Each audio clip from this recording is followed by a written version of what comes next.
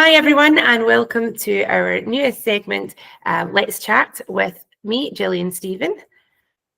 And me, Adrian Anderson.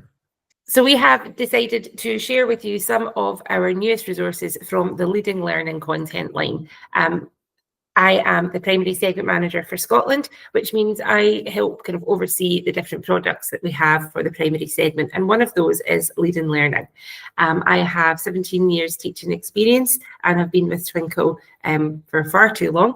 I've done a little bit of everything. And my current role means that I get to shout about all the different amazing things that are happening.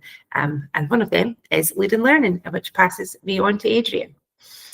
Hi everyone, I'm Adrian. I am the educational content lead for the Lead and Learning content line. So my job is basically to oversee the strategic overview of that content line to make sure we're producing resources that are going to support you in your classroom, from planning, tracking, assessment, moderation, and we've also got resources that support leaders in our school, from head teachers, deputy head teachers, principal teachers, and so on. So it's great to be able to share lots of our upcoming resources with you today. Excellent. And I know that you've got experience as well within the school. Do you want to tell us a little bit about that? Yes, absolutely. So I have been a teacher for over 20 years. For 10 of those years, I was a primary school head teacher. So I led schools of various sizes, from a small rural school to a town school and so on. So I have been in the thick of it. Exactly. So I think you were the perfect person to be able to talk to us about what we're going to chat about today, because today we are talking about moderation. Why don't you start by just giving us a rundown? Let's dumb this right down for everybody. Adrian, what is moderation? Moderation. So for me, moderation encompasses everything that you do in a classroom. It's your bread and butter. So people think moderation is all about assigning curriculum for excellence levels to a work, and that is not what moderation is. People may be familiar with the moderation cycle. I would change the name of the moderation cycle to the learning, teaching, and assessment cycle.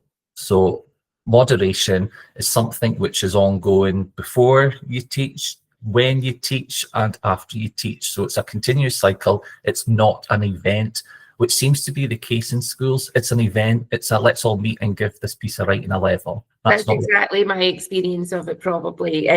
Obviously, you're doing moderation constantly on your own as a teacher, but I think when we think of the word moderation, you think of a staff meeting where everyone brings along different pieces of writing that you have marked at a different level, and then you compare and contrast. And I've done that in a school level. I've done that in a stage level. I've even done it in cluster levels where you're meeting with other schools. And whilst there's value in it, I think that's just what everyone thinks moderation is, full stop. So what have we been working on with Leading Learning to make this easier? For moderation, we've been looking at helping everyone to develop a shared understanding of the expectations of the curriculum, to ensure that we make reliable and valid teacher judgment. So those meetings where, and it always seems to be writing, everyone brings along a piece of writing and assigns it to a level. Yes, that is moderation. It's a part of moderation. That would be the after part of moderation. So moderation comes right back to the very start of our learning, teaching, assessment cycle.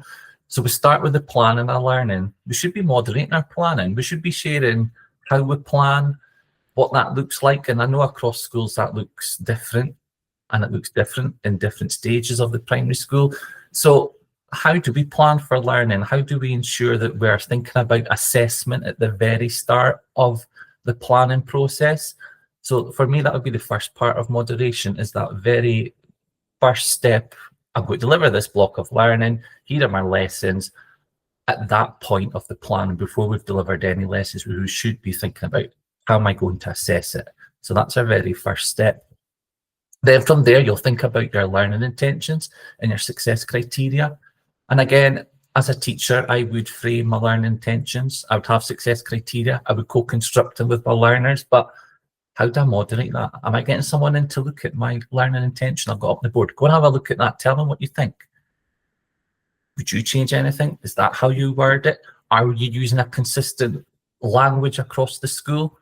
I was going to say, yes, that's so important, the terminology and the use of the different language within the different subjects as well. Is that consistent? I think maths is sometimes an area where people are using different terminology from, so when they're in early years or primary 1 and 2, they're calling it one thing, and by the time they're in primary 7, it's a different, and it makes it harder for the kids to make those connections when the language isn't consistent.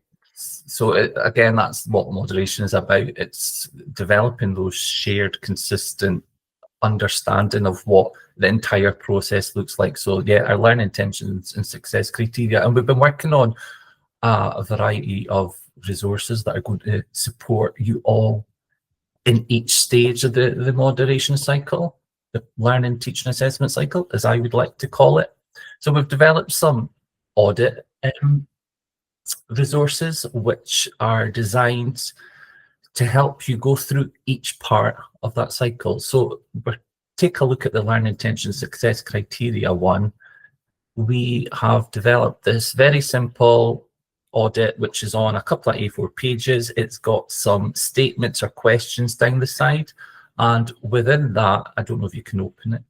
So yes, you can find the moderation learning intentions and success criteria document online, which we've just downloaded and I'm sharing here for you to see. So do you want to talk us through it, Adrian, and how you would have it used in a school or a class?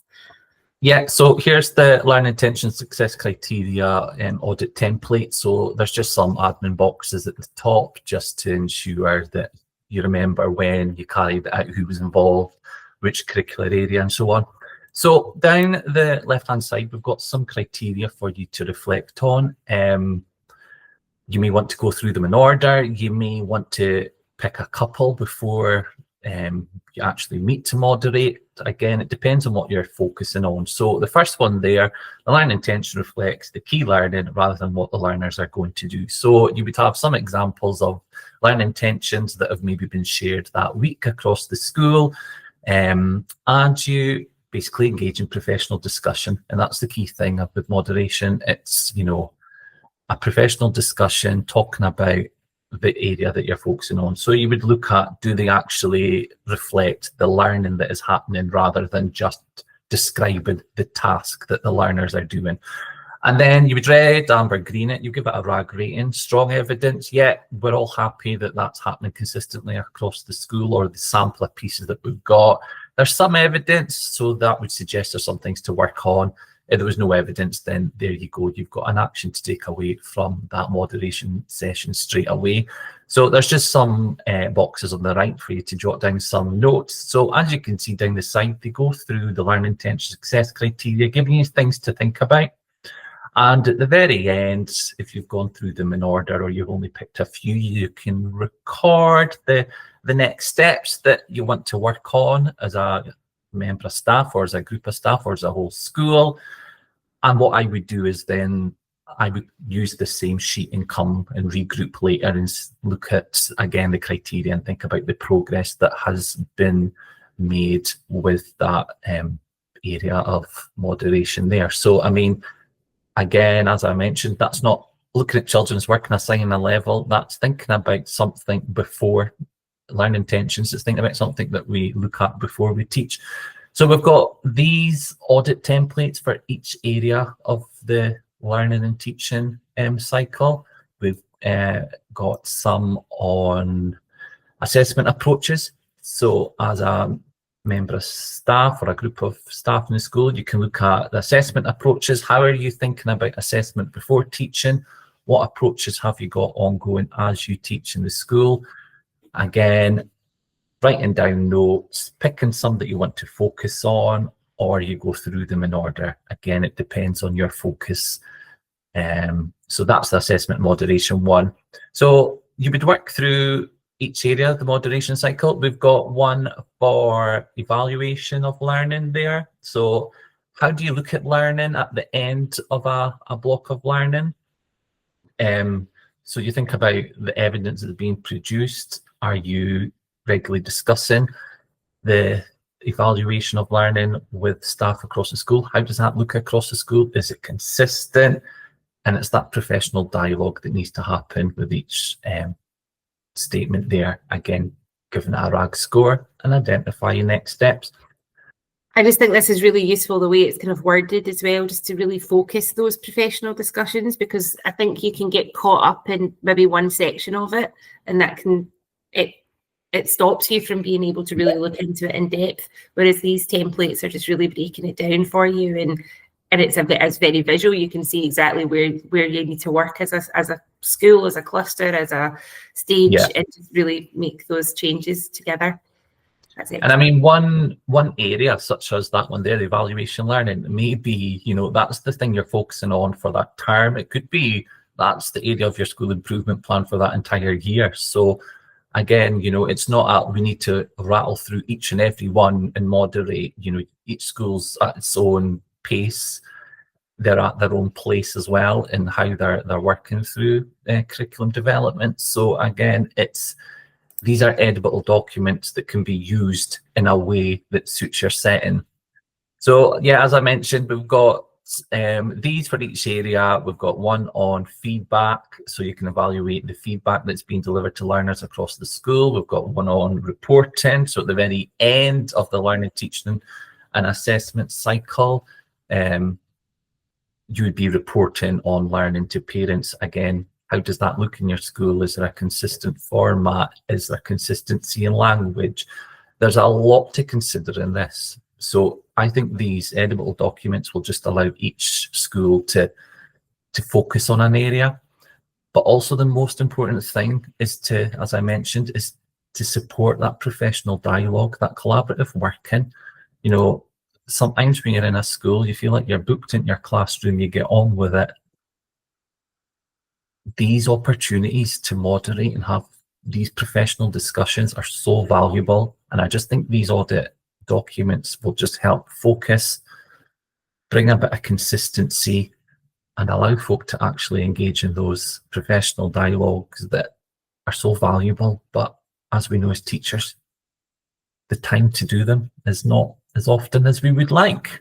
Exactly. I think as well, they'd be really useful for maybe somebody in their early years of their career, just to kind of self-reflect and do their own audit on themselves and making sure they're doing these things consistently. So maybe people at their probation year might have a week or so where they really look at their success criteria and learning intentions and audit themselves against these templates, just to make sure they're feeling confident. And then that's something they can have discussions with their probation leader and just discuss and see how they're getting on and how that fits in with the school they're currently in.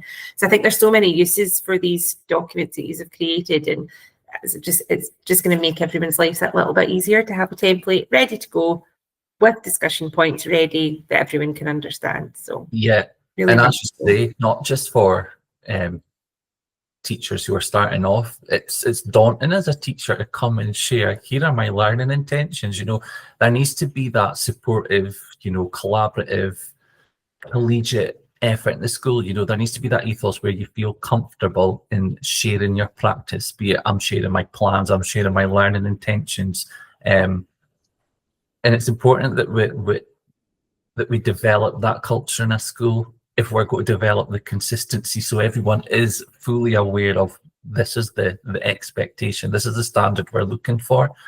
And bringing along something and sharing it is quite daunting. But so I hope that these documents will help, you know, support people in feeling comfortable and sharing their practice in a school. Because as a head teacher, I mean, I can look at people's plans, I can go around classrooms, I can look at learning intentions and success criteria, but there's no use in me just doing that. That's not going to upskill people. It's not going to help that consistency. Everyone needs to be able to be in amongst that and see what's happening across the school. So I think these will really help with that. Yeah, and it's the teachers who are then taking it, no matter what they're being told in staff meetings, it's then going in and implementing it in the classroom. So they have to be involved in that discussion anyway. Yeah, so, absolutely. Yeah, and I mean, the school that I worked at, we got to a stage where people would come to me and say, oh, Adrian, can you just come and look at this learning intention? And I was delighted that staff felt that they could do that. But also I knew that they were going next door to the teacher and, you know, a stage down and saying, come and look at this, what do you think? And it was just a 2-minute professional, informal discussion And that's moderation happening day in, day out. So, you know, that's a sort of a thing that should be happening. So hopefully these will help that. Thank you so much. Thank you for breaking that down for us and for pointing out all the different resources that are available for people to download. We're also going to have some blogs available, which we'll link in as well, so that if you need some more information or want to discuss it a little bit further. And if you have any questions, please get in touch with us all through our social medias on Twinkl Scotland. We're on Instagram, Facebook and TikTok, so you can catch us pretty much anywhere. But yeah, thank you again, Adrian, and I can't wait until we next get together for another chat. Thank you. Perfect. Thanks, Gillian. Bye.